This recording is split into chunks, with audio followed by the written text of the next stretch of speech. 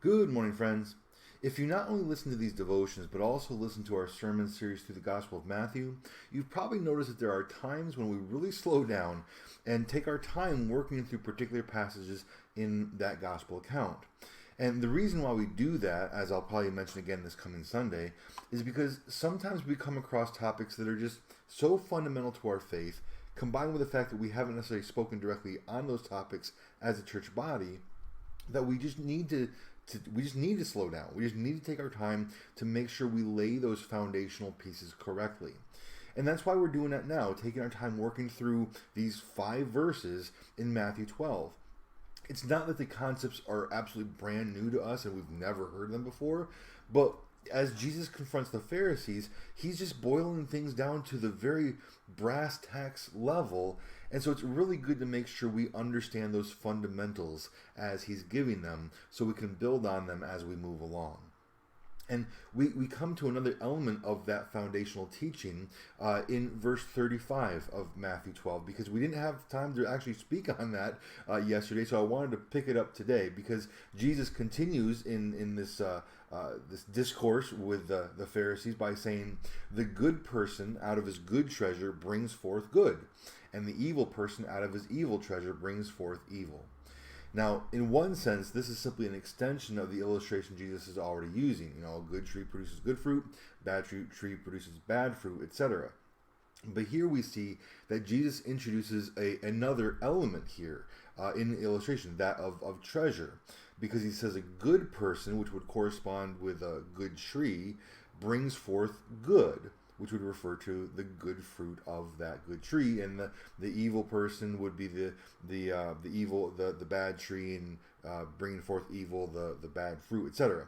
But in between those ideas, he inserts the idea of treasure, which expands the original illustration. At this point, we realize that according to the way Jesus puts it here, the good person actually has good treasure within them, and it's out of that good treasure that the good fruit actually comes. So we have 3 elements here, not just 2. But what does Jesus mean by good treasure or evil treasure, as the case may be? Well, this is where we remember, and thankfully so, that the Scriptures interpret Scriptures. Things that are not very clear in Scripture are going to be interpreted by pieces of Scripture that are clear. We don't want to just assign our own thoughts when there's when there's a lack of clarity. So we want to first ask, does Jesus talk about treasure in this way any place else that would help us to understand what he's referring to on this occasion? And thankfully he does.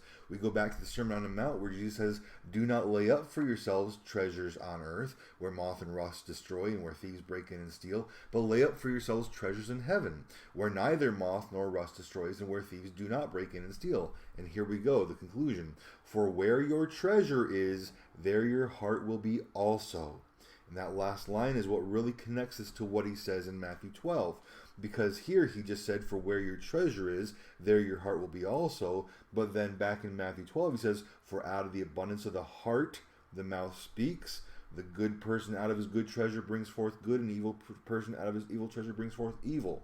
And so in Matthew 12, we're told first that it is out of the abundance of the heart that the mouth speaks, and also that it is the good treasure which brings forth good. So the heart and the treasure are directly linked, which makes sense because in the Sermon on the Mount, Jesus said, where your treasure is, there your heart will be also. This means that we are able to speak good, we are able to produce good fruit only insofar as we are treasuring the right things, because where your treasure is, there your heart will be also. And it's out of the abundance of the heart that the mouth speaks. In this way, our hearts are pictured as vaults or storehouses, and the question then becomes, what kinds of treasure do we keep in the storehouse of our heart? What kind of treasure are we seeking to put in the storehouse of our hearts? Do we keep all the treasures that pertain to God in our hearts, setting our hearts and minds and seeking the treasure in heaven? Or do we seek the treasures of the earth? Well, as Paul directs in Colossians 3:1, if then you've been raised with Christ, seek the things that are above, where Christ is, seated at the right hand of God. that which we seek is going to be our treasure. Because obviously a treasure is something you're willing to seek, to go after, to persevere toward until you find it and attain it. So Paul goes on saying, set your minds on things that are above, not on things that are on earth, for you have died and your life is hidden with Christ in God. When Christ, who is your life, appears, then you also will appear with him in glory. And this obviously includes the incredible encouragement that one day we will appear with Christ in glory, but consider also what Paul says about our current reality.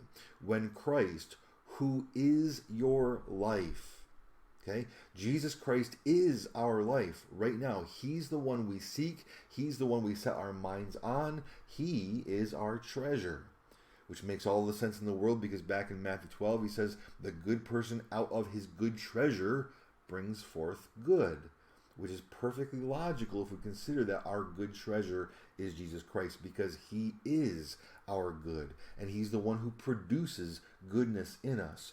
Because apart from him, we remember, right, that we're not good. Apart from him, we cannot produce goodness. And that might be something that has been in the back of your brain this whole time. How can Jesus refer to anyone as the good person when on another occasion Jesus said that there is none good but God?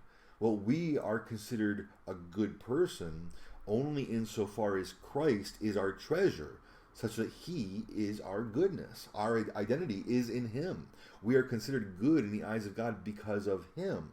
And he is the one who then produces good fruit in us, which again makes perfect sense. The scriptures are perfect in their harmony together. When you consider John 15, where Jesus says, I am the true vine, abide in me and I in you.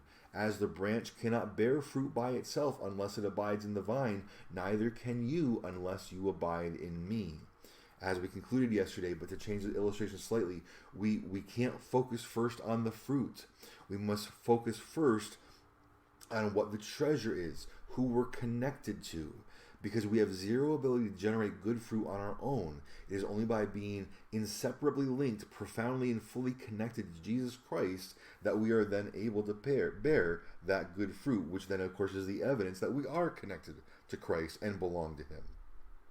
And unfortunately, if we are not connected to Christ, if we're not seeking him, if he's not our treasure, then whatever other treasure we have in there, whatever other desires we have in our seeking, if it's not Christ, who is the only one who is good, then whatever else it is evil. It may not appear evil, again, to our own sensibilities, to our own thoughts of what is right and wrong, but again, that's not the basis on which we go, right? We determine good and evil based off of the Lord, and if we are not seeking the Lord, then the treasures, the things that we're trying to fill up our hearts with, they are evil, and therefore they will produce evil in us, evil, bad fruit.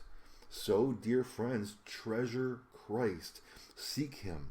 Set your heart and mind on him, so that you would remain in him, abiding in his word, learning about him, knowing him, submitting to him, and thereby bearing great fruit through him and from him. With all this in mind, I pray that you seek the Lord and have a good and godly day today, and Lord willing, I will see you soon.